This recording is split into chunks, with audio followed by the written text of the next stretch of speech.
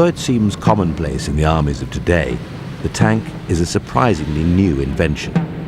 They first saw action less than a century ago during the First World War.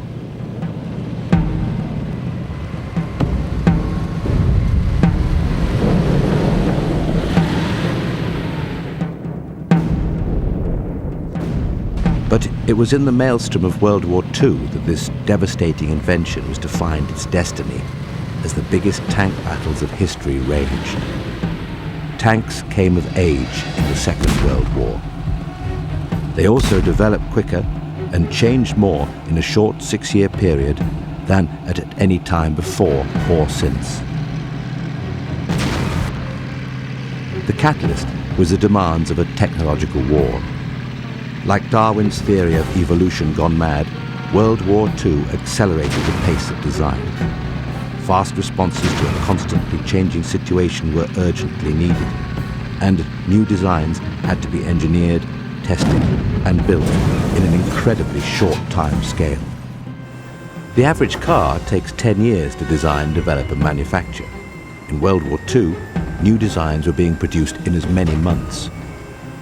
The great leap in tank design was even more astonishing given the restrictions of the Treaty of Versailles, imposed on the defeated Germans by the Allies after World War I. It was designed to prevent Germany developing a tank capability.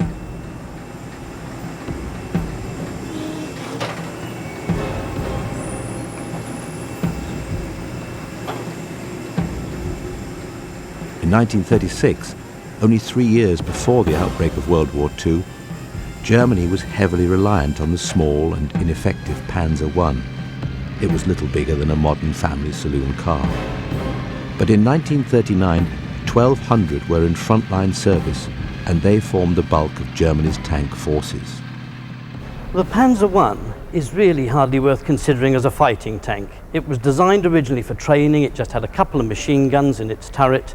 And apart from reconnaissance, you wouldn't dare send it out against other tanks. The majority of them were therefore converted to the sort of command tank role. And the purpose of a command tank is really just to provide transport for a battalion commander in the field. In other words, he can go out with his troops in their tanks, he can keep contact with them on the radio, but he's in a vehicle that will match theirs across country and gives him roughly the same sort of protection. The thing's fitted with a machine gun if he really gets into a sticky situation, but he's not meant to be fighting. He's meant to be keeping an eye on the situation and an ear and commanding his troops in action. In the space of 3 short years, German tank technology would progress from the lightweight and inefficient Panzer I to the mighty Panzer VI, the Tiger, the most complete fighting vehicle of the war. As an example of evolution, the transformation from the Panzer I to this made the animal kingdom look positively static. Adolf Hitler was the man who provided the impetus to develop the tanks of Germany's Wehrmacht. Hitler was a gambler, and he gambled upon bluffing his enemies into believing his tank forces were far stronger than they actually were. When Hitler precipitated the Second World War with his invasion of Poland in 1939, his tank forces were questionable at best, but the gamble succeeded by the application of a new tactical doctrine, Blitzkrieg, championed by General Heinz Guderian. Against Poland, the German command discovered a number of things which were very important. A, they didn't have the right kind of tanks.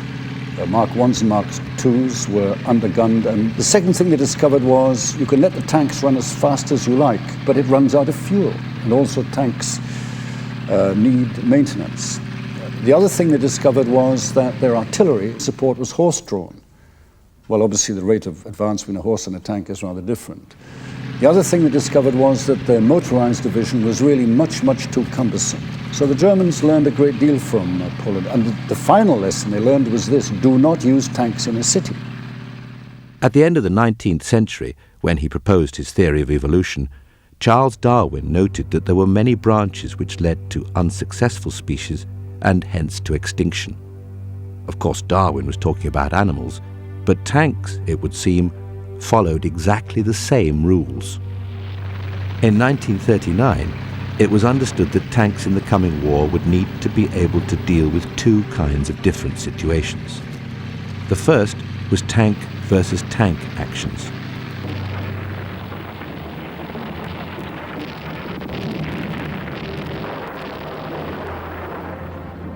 Tanks are designed to survive explosions, even very close or directly upon the vehicle. Faced with the armor of a tank, explosive power alone is of little value. To destroy a tank, it is necessary to fire a shell fast enough to penetrate the hull and kill the men inside. Provided the target was close enough, the armor of most tanks of 1939 and 1940 vintage could be penetrated by relatively small caliber anti-tank weapons, such as the 50mm gun which equipped these Panzer IIIs. But armor-piercing weapons were only useful in combat against other tanks. In action against infantry in buildings and artillery targets, tanks needed to fire a high explosive round to kill the unprotected men and disable the guns. The velocity, the speed of the shell, was relatively unimportant, but the bigger the shell, the bigger the explosion, so large caliber guns were preferable. In this rare piece of footage, we can see how slowly high explosive shells actually traveled. In slow motion, we can clearly see the shell leaving this German self-propelled gun as it flies towards its target. The explosion is no less impressive for the slow speed of the projectile. To achieve this destructive power and a tank-killing capability, a balanced tank force needed a mix of both anti-tank and high-explosive capability. In the opposing armies of 1939, two different solutions were found.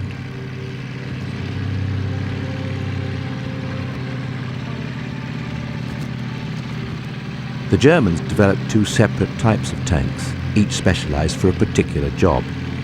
The first were the tank killers, equipped with a high-velocity anti-tank gun with a longer barrel of smaller caliber. Most of the Panzer IIIs of 1939 were mainly equipped with this gun, designed to deal with enemy tanks. All of the heavier Panzer IVs and even some Panzer IIIs were designed as infantry support tanks. They were equipped with a short-barreled gun of higher caliber, ideal for firing high explosives. The Panzer IV, when it first arrived in North Africa, and the Panzer III latterly, had a short 75mm gun in the turret. This gun was designed to fire high explosive, and it therefore served in what's known as the close support role. That means the tank stays close to the infantry and uses the gun to deal with the kind of opposition they've got to face: machine gun positions, blockhouses, and light artillery. It is not really to be judged as an anti-tank weapon in the same way as, say, the British 2-pounder or the American 75. But it's a question really of the use a tank is meant to be put to, and this tank was designed specifically to deal with those targets that the high-velocity anti-tank gun can't cope with. In contrast to the Germans, who had two types of tanks, one solution tried by the armies of both France, America, and Russia was to house two types of gun in the same tank. This produced the massive multi-turreted tanks, like the Char B and the Lee Grant tank. The dual turret idea was a failure, an evolutionary blind alley which was cruelly exposed on the battlefield. The two turrets made the tank difficult to operate. It was impossible to coordinate the guns, and the sheer size of the machines presented a huge target that was difficult to miss. With the figure of her commander perched some 15 feet above the ground, it is easy to see why this Lee Grant could not be successfully hidden on the battlefield. The main gun on the General Grant is a 75mm weapon, which not only fires solid armor-piercing shot, but can also fire high explosive rounds, and this was the answer to Rommel's tactics of mixing tanks and anti-tank guns. You've got solid shot for dealing with the enemy tanks, and you can fire high explosive rounds and lob them near to the enemy anti-tank gun, which will disable the crew or put them off their stroke for a while. The disadvantage on this particular tank design is that the main gun is down here in the hull. You can see there's a conventional anti-tank gun in it, but this is the gun that does the business, and having it low down in the hull is a handicap. It is quite clear from the height of this tank and the position of this gun that there'll be a lot of tanks sticking up in the air when it's trying to hide behind a ridge and shell an enemy position. Compare the large and ungainly Grant with the sleek form of this late-war German tank killer, and the advantages soon become apparent. A low silhouette which presented a squat target was difficult to hit, and sloping armour deflected shots away from the vehicle. As the war progressed, the same course was ultimately adopted by all sides, which was to combine both an anti-tank capability and an infantry support role in one vehicle, by mounting the largest possible high-velocity gun. The larger caliber effectively gave it a good high-explosive firing capability, as well as a deadly killing power against other tanks. In the Polish campaign of September 1939, the German generals would have loved to have such excellent tanks. Nonetheless, they were still able to provide a quick and complete victory for Hitler, despite extreme reservations about the suitability of the available tank designs and the limitation of the new tactics. Despite the concerns of the generals, Hitler had triumphed in Poland. Now, his gambling instincts ran unchecked. Hitler turned his attentions to the invasion of France, and his generals grew nervous. They knew that this time there would surely be no repeat of the easy victory won in Poland. Hitler's combination of political brinkmanship and calculated gambles had disguised the fact that the German army at this time could deploy only 2,000 tanks. The British and French could count on 4,500. Not only were their numbers inferior, but many of the tanks deployed by the Germans were of limited fighting value. As we have seen, one of the main offenders in this respect was the tiny Panzer I light tank. Seen here in Bovington, this machine still bears the evidence of the shells fired through the hull which disabled it.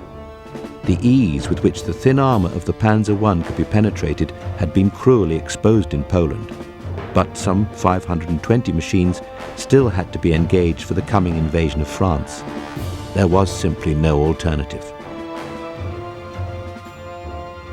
Of far greater military value was the Panzer IV, then one of the best tanks in the world.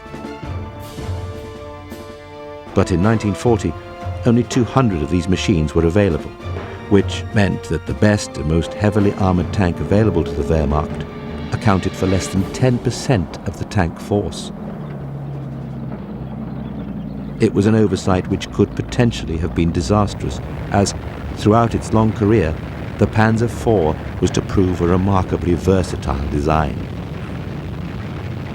There are those who say that if the Germans had stuck to the Panzer IV and built large numbers of them, they'd done a lot better than messing about with tanks like the Tigers and Panthers. The reason is that this was a superb all-round design. It was in service when the war broke out. It was still an effective frontline tank at the end. And the reason is that the Germans built expandability into the design. Its armour thickness increases 2 or 3 times over the wartime period, and that does not affect the tank's performance at all, although it's getting heavier. And the gun, although it doesn't increase in calibre, certainly increases in size from a short-barreled 75 to this long 75, which enabled it to keep pace with developments on the other side. Taken together with the Mark III and IV, the German tank force on the eve of the decisive battle in France deployed 500 Panzer Is, 1,000 Panzer IIs, 350 Panzer IIIs, 200 Panzer IVs, and 400 of the Czech-manufactured Panzer 38Ts. This very high proportion of light tanks would have proved hopelessly inadequate later in the war. But in 1940, evolutionary forces had not yet begun to work, and the light tanks were still capable of doing the job, but only just. But as the history books testify, Hitler was to triumph as completely in France as he had done in Poland. He did so for 2 reasons. Firstly, there were the poor French and British tank tactics. Although some pioneering work had been done in Britain, it was the Germans who had developed Blitzkrieg to its fullest extent with the help of their future adversary, the Russians. as the Germans began to be very well aware, it was the Red Army under Tukhachevsky, under Chalebsky and others who were developing the theory of what is called deep battle. In other words, operations for deep penetration using a combination of tank troops and airborne troops and, if you like, motorized infantry. It was, in many respects, the practical experience which the Germans acquired in Russia, which I would regard as being perhaps the most decisive and even more important. The Russians at the same time were working out very, very complex theoretical backgrounds to this. So there was a coincidence, if you like, of the German interest and commitment and Soviet practice. One other significant factor which led to the German victory in 1940 was that the superior French tanks were distributed in small contingents throughout the army. The German tanks, on the other hand, were concentrated together in the new panzer divisions, superbly led by able commanders. The combination of efficient battlefield tactics and inspired leadership made the difference for Hitler. But it served to disguise the many weaknesses which existed in the tank designs themselves. By the time these flaws were discovered, mercifully for the rest of humanity, it would be too late. The German army in 39-40 was not particularly more mechanized than, say, the French army, but they made great use of being able to concentrate their forces. Much of the logistics was horse-drawn. They could range far and wide, but whenever they had to move their bases forward, much of their supplies, including the fuel, had to come in by horse. The result is that the pace of their ability to move their operations eastward was much diminished. During 1941, the real weaknesses of the German tank designs were still not discovered. Several false conclusions were drawn from the conquest of the Balkans and Greece. These easy victories supported the continued German belief that their tanks were the best in the world. Although the design work that was to lead to the Tiger had begun, there was little real urgency. Up to the summer of 1941, Germany's main adversary had been Britain, and British tank design lagged behind Germany's. In the North African campaign, the poor performance of the British Crusader tanks only gave fresh support to the German view that the Panzer III and IVs were at least equal to anything the Allies could throw at them. The Crusader was particularly badly designed, and it was plagued by a host of mechanical failures. Eventually, the British Army lost faith in their own tanks altogether, and in 1943, when the victorious British and American forces embarked from Africa for the invasion of Italy, all of the British tanks were left behind. Now, the Crusader is arguably one of the worst tanks Britain ever produced. It was a cruiser tank. That means it was designed to travel fast and relied on its speed far rather than its armour thickness for protection. The drawback was it was also chronically unreliable, and breakdowns became almost endemic. I am quite convinced that one of the reasons the British Army only took American tanks to Italy in 1943 was that the standard of reliability of the British machines they used in the desert, particularly as personified by the Crusader, had really actually put them off. And therefore tanks like the Grant and the Sherman, which followed it, were reliable and therefore far more acceptable to British troops. Despite the limitations of machines like the Crusader, in North Africa, the signs were there of the dangerous flaws in Germany's tank capability. In the relative backwater of the Desert War, even the unspectacular British Matilda tank was considered a success against the Italian forces and frequently held its own against the Germans. The gun on the Matilda, which is typical of most tanks of this period, is the 2-pounder, a 40mm weapon, but it only fired solid shot. In other words, it was only any use firing against enemy tanks. Now, this was fine under those circumstances, but once the Germans came to the desert and started mixing tanks and anti-tank guns in the attack, you needed a dual-purpose gun, something that not only fired solid shot to take out enemy tanks, but could also fire high explosive shells. And that sort of advantage comes in at last when we get the American tanks over, notably the General Grant. Once again, superior German battlefield tactics were overcoming the limitations of her armoured forces. But these successes also reinforced a leisurely attitude towards the development of new types. In 1941, the evolution of German tank design was proceeding much too slowly, and it was to have deadly consequences, from which Germany would never recover. The shock was to be delivered in Russia. When Hitler ordered the conquest of Russia in the summer of 1941, confidence among the Panzer Force was at an all-time high. The Desert War was progressing well, and the German tactics of mixing tank and anti-tank forces together concealed the deficiencies in tank design from the Germans themselves. Despite the understandable cockiness of the German High Command, a few lessons from earlier campaigns had been absorbed, and the makeup of the tank force which shook Stalin to the core had a much higher proportion of the heavier Mark III and IV tanks instead of the lightweight Panzer I and IIs. This trend illustrated the steadily increasing reliance on heavier armour, which was to continue throughout the war. It was just as well, because the Wehrmacht was about to meet with a very nasty surprise. After a few weeks of the campaign, in which the German armour had faced only obsolete Russian tanks, such as the lumbering T-28 and the outdated BT-7, the German forces suddenly encountered two of the new Russian tanks, which were to change the course of the war. The first was the heavy KV-1, a 46-ton monster with superior heavy armour and a vicious 76mm gun capable of destroying any German tank from most ranges on the battlefield. In 1941, it was a deadly adversary. The Soviet KV-1 is a fine example of a tank made for specific conditions. Broad tracks for dealing with mud and snow, and a diesel engine for operating in the coldest possible weather. In 1941, when it first appeared, it was a superb design and absolutely dominated the battlefield.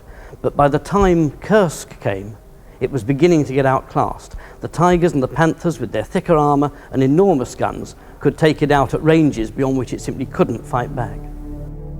The other unpleasant surprise for Germans was the arrival of the T-34, a medium tank far better armed and equipped than the German Mark IV.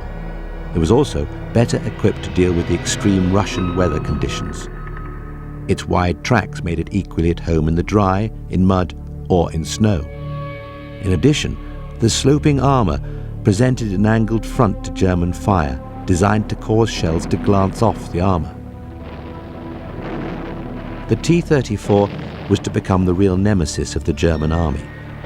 It was built for mass assembly, and the crude welding lines could be clearly seen. It was no beauty, but it was tough, and it possessed a superb inbuilt ability to be upgraded. Now, the T-34 was probably one of the finest tank designs of the Second World War. You have, for a start, one of the first tanks to be fitted with sloped armour, which, in defensive terms, is excellent. But the great thing about T-34 was the way it was capable of improvement. When the T-34 first appeared in service, it was fitted with a 76mm gun and had a two-man crew in the turret. By 1944, they had not only upgunned it to take an 85mm weapon, they'd increased the turret size to enable it to take 3 men, and that makes it a far more efficient tank on the battlefield. Nobody else achieved that throughout the war, and that alone would single the T-34 out as one of the most outstanding tanks of all time. Although the Germans would devise better tanks, they could never hope to compete in terms of the sheer numbers of T-34s.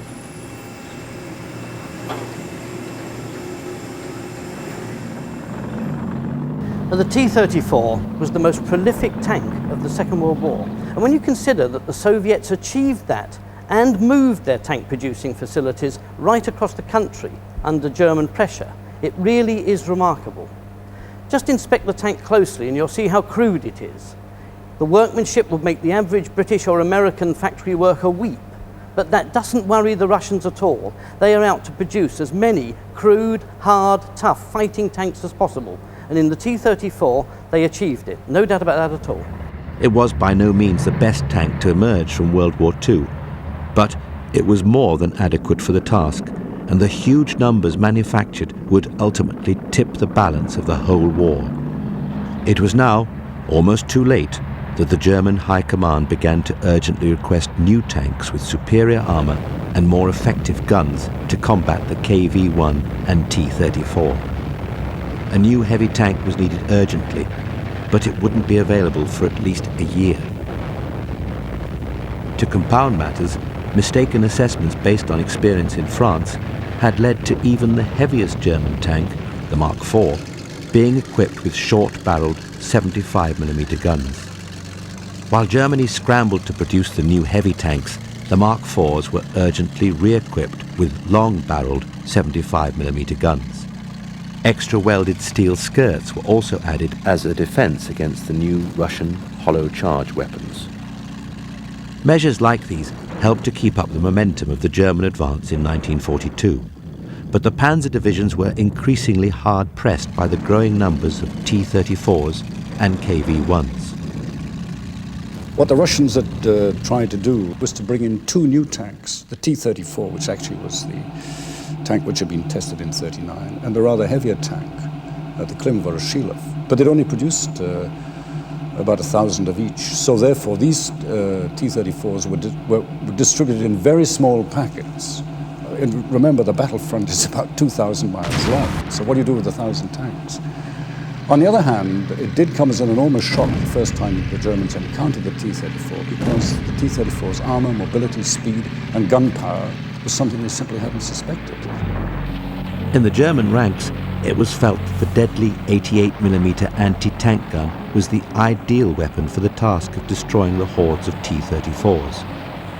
But the 88 was originally designed as an anti-aircraft gun. It was very large and not designed to be carried in the turret of a tank. What the Germans now needed was a tank big enough to house such a gun and well armoured enough to withstand the punishment which it would receive on the battlefield.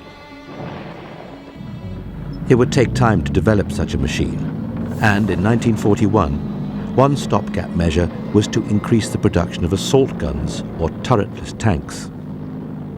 This is a machine called a Sturmgeschütz. It's basically a Panzer III chassis with the gun fitted into a superstructure rather than the turret. There's two big advantages. One, it's quicker and cheaper to produce, and secondly, you can actually fit a far larger gun than you'd be able to fit into a turret on the same hull. The disadvantage, of course, is that the thing cannot deal in open battle with its enemies like a tank can. It can't swing a turret round to fire, it's got to swing the whole vehicle round. In 1941, the puny 50mm gun was still the standard anti-tank armament for German tanks. The experience of tank ace Hermann Bix was typical of the desperate straits many German tank commanders now found themselves in. Bix saw a dozen of his shells bounce off this KV-1 even at the closest ranges.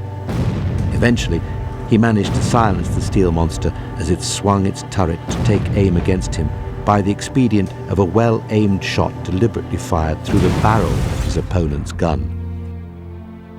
Men like Bix were part of a new breed of German tank commanders who achieved incredible victories against superior Russian forces. But these superior forces were now also armed with better equipment, and a deadly race would develop between the Russian capacity to manufacture more tanks against the Germans' ability to engineer better tanks. Although the German engineers would prove themselves winners, they were let down by their manufacturing capacity. The German war effort was being run inefficiently, and by 1942, Germany was being targeted by wave after wave of Allied bombers, which were reducing her war industries to rubble, while Stalin had wisely moved his factories back into the interior of Russia out of harm's way. They had managed to move out considerable elements of tank factories and aircraft factories. For example, the Kharkov tractor works, which produced tanks, they managed to get that out. The workers in that factory walked along the railway line under German gunfire to get in the trains to be moved out. They got the equipment out and they took the workers out. It was the largest industrial migration in the history of the world. Well over, I think it's about 1,900 plants were moved eastwards. During 1942, the Red Army's armada of T-34s was growing ominously. new Russian tank armies were coming into being, and in the wake of the terrible defeat at Stalingrad, the German soldiers prayed for an answer. In the winter of 1942, the answer to their prayers was finally ready for delivery. It was the Panzerkampfwagen 6, the Tiger.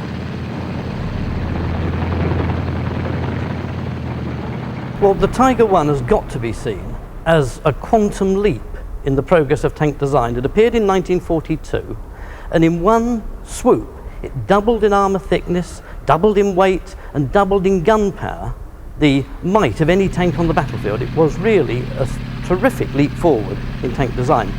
Of course, in doing this, the Germans paid a tremendous price. The tank is so heavy that it made it difficult to control. You've got an engine which really isn't 100% powerful enough for the kind of weight it was pushing about, and they had a lot of technical problems just keeping it on the battlefield. So for all their advances and their immense power, the Tiger was a terrific liability to its crew. The Tiger tank had been developed in 1940 and 1941, too late to benefit from all of the lessons from the Russian war. So it had the uncompromisingly flat armour at the front, which didn't deflect shots away from the vehicle. Sloping armour like the T-34 would have been preferable, but the Tiger was so very heavily armoured that even this problem was overcome. In fact, the Tiger was almost impervious to most Russian guns at all but the closest ranges, and it carried the deadly 88mm gun, then the best weapon on the battlefield. Inside his heavily armoured turret, the gunner of the Tiger lined his target up on the middle triangle of his gun sight as the motorised turret effortlessly swung the gun into position. The maker's manual proclaimed that the 88mm gun was 100% accurate at ranges of up to 1,000 metres. On the battlefield, the Tiger soon proved its deadly efficiency. But there were never enough machines to equip all of the Panzer divisions. So the Tigers were organised into special heavy tank battalions called Schwere Abteilungs, which could be rushed from place to place on the hard-pressed front wherever they were most desperately needed. The highly efficient Nazi propaganda trumpeted the arrival of the Tiger, and, for once, the results justified the rhetoric. Although only 80 Tigers had been delivered by the end of January 1943, already they were credited with over 400 kills. In the spring of that year, the Germans extended their use to North Africa, and the Western Allies grew nervous. In the space of just 2 short years, it seemed the Germans had evolved the ultimate battlefield weapon. To compound matters, no Tiger had yet been captured. That situation was to change early in 1943, when British forces fighting in Tunisia knocked out and captured this machine, which is currently undergoing restoration in the Tank Museum at Bovington. The particular history of this one is that it was issued to the 501st Heavy Tank Battalion of the German Army and shipped to Tunisia early in 1943. It came up against 48th Royal Tank Regiment, and 48th Royal tanks were then in Churchills, armed with a 57mm gun, which is against an 88 on this thing. But some fluke shot from one of the Churchill tanks actually struck the Tiger underneath its gun barrel, embedded itself in the turret ring, caused the crew to panic, leap out and abandon the tank. Now, that really is exceptional.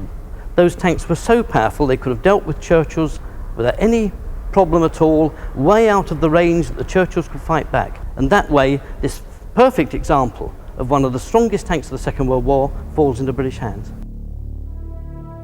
In 1943, this object of fascination was studied by no less than Winston Churchill and King George VI. The tank was the subject of an urgent British Army study. Every inch of the Tiger was inspected, and a very concerned study team presented their findings. It was noted that the Tiger, with its heavy armour, dual-purpose armament, and first-class fighting ability, was basically an excellent tank, and constituted a considerable advance on any Allied tank. The study revealed its only real weaknesses were the limits imposed on mobility due to its weight, width, and limited range of action. but the study concluded that overall, the Tiger presented a very formidable fighting machine which could not be underrated. There was more bad news for the Allies. In tandem with the Tiger, the German armaments industry had also been developing a new medium tank to match the T-34. It would be ready in 1943. Although they would not admit it, many of the features of the new Panzerkampfwagen 5, or Panther, were copied directly from the T-34. The Panther had the same sloping armour, wide tracks, and a similar 75mm gun. Developed with breakneck speed and rushed into production, the Panther made its debut at the Battle of Kursk before they were really proven. Engine and transmission problems abounded. Engine fires were commonplace. Dozens broke down, and some vehicles went into their first action pouring fire from the exhaust pipes. Not surprisingly, the Panther was a disappointment at Kursk. But once it had overcome its initial teething problems, the Panther would prove itself the best medium tank of the war. Indeed, it was a far better vehicle than the T-34, but again the problem of short supply remained. It was never to be available in the quantities which the war in the East demanded. Although 6,000 would be built, that was never enough, as the numbers destroyed always kept pace with supply. The advent of the Panther and the Tiger represented almost the end of the evolutionary trail in World War II. German tank sizes had steadily increased from the 6-ton Panzer I through the 22-ton Panzer III, and now onto the 62-ton Tiger. It would reach a peak with the 70-ton Tiger B, or King Tiger.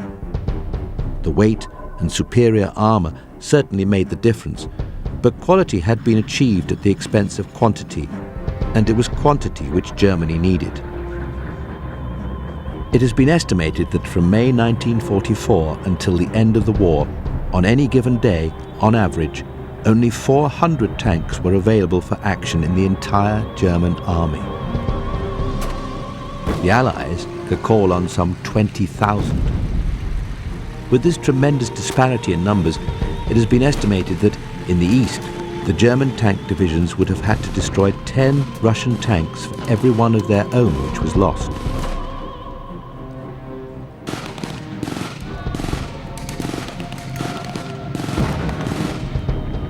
In fact, by the end of the war, it is estimated that 5 Russian tanks were destroyed for every German tank.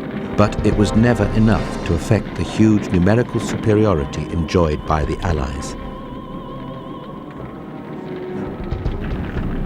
Even on the Western Front, 4 Allied tanks were being destroyed for every German machine lost. For the Western Allies, the solution was very much the same as the Russians. It was to abandon the search for radical advances, take a simple, workable design, and manufacture it in vast quantities. While the Russians had the T-34, the Allied option was the Sherman. This was the main battle tank of the Western Allies.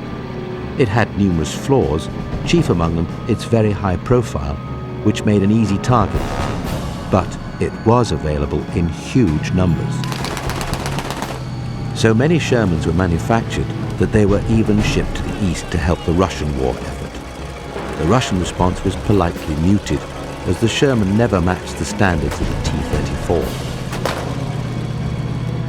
Even when it was upgraded to include a high-velocity 85mm weapon, the tank was really no match for the Tiger. As further proof of the Sherman's weakness, it is interesting to note that only a small proportion of German tanks were actually destroyed by the Sherman. The vast majority either fell victim to Allied fighter bombers or had to be abandoned and destroyed by their crews when they experienced mechanical difficulties, or, more frequently, ran out of fuel. From 1944, the Allied bombing campaigns were really beginning to bite, and the shortage of fuel and spare parts was killing the panzer formations as effectively as the Allied armies. One thing the panzer divisions did have on their side was experience, and before they were swept away, the small groups of Tigers performed heroically. One man will always be associated with the Tiger. He was Michael Wittmann of the 1st SS Panzer Division. Wittmann was responsible for a huge number of Allied tank kills. By June 1944, Wittmann and his Tiger had been responsible for more than 130 Russian tanks when he was transferred to the Western Front. Despite the skills of men like these, the Tigers were still being destroyed as fast as they were being delivered. And Wittmann himself fell in action in August 1944, his machine totally destroyed. Such losses were simply unsustainable. In 1944, despite the pressures of the Allied bombing raids, some 20,000 German armoured fighting vehicles were manufactured. But battlefield losses were running at some 23,000 machines. So the number of German tanks available in 1944 at the front line actually fell. During 1944, on average, there were never more than 70 Tigers available for action at any given time on the whole of the Russian front. The remaining machines were under short or long-term repair. It was this tiny force which forged a legend.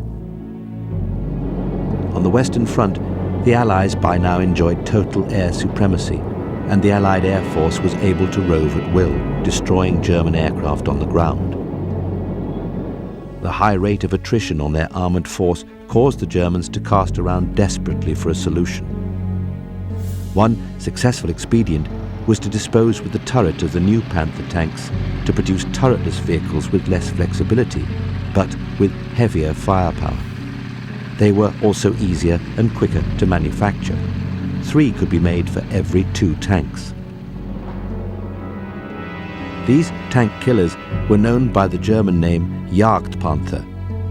By this stage of the war, German armour was fighting almost exclusively defensive battles, for which the Jagdpanthers were perfectly suited. They could lie in wait, firing from fixed positions.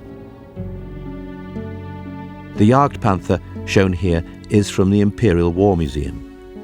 It has had the side removed to permit the public to view the inside, but the sense of military efficiency still remains.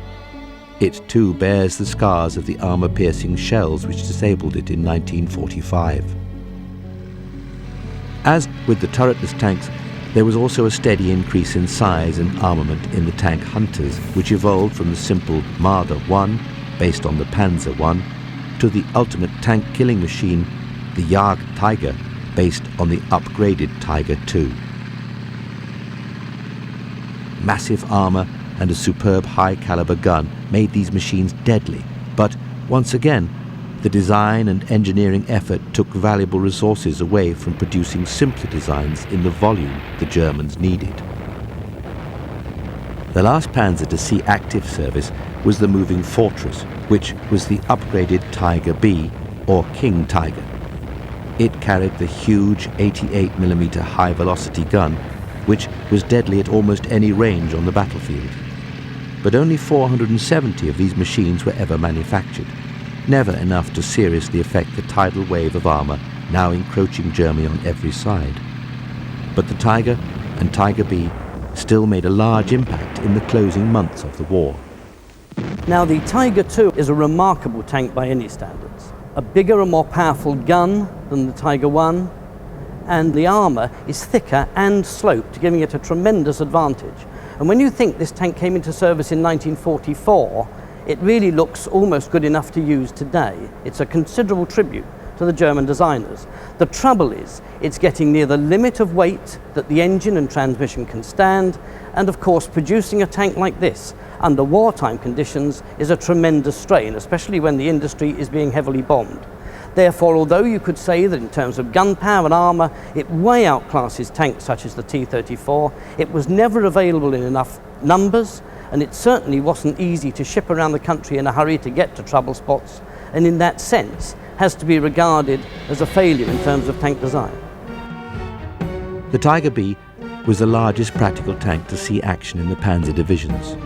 Already its huge size was giving enormous difficulty in negotiating narrow roads and moving across bridges, few of which could carry its huge weight. It also needed huge stocks of the vital fuel supplies, which Germany could no longer provide.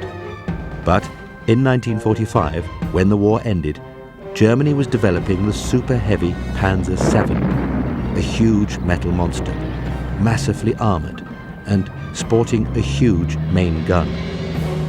In an untypically humorous moment, this machine, designed to lead the Nazi war machine, was given the joking nickname, the Mouse. The Mouse was never to see action, and only 4 prototypes were built. But it seemed that the crazed minds of the Third Reich would never give up the quest to be the best and the biggest, whatever the cost. But, as the humble T-34 had proved, in evolution, sometimes quantity matters as much as quality.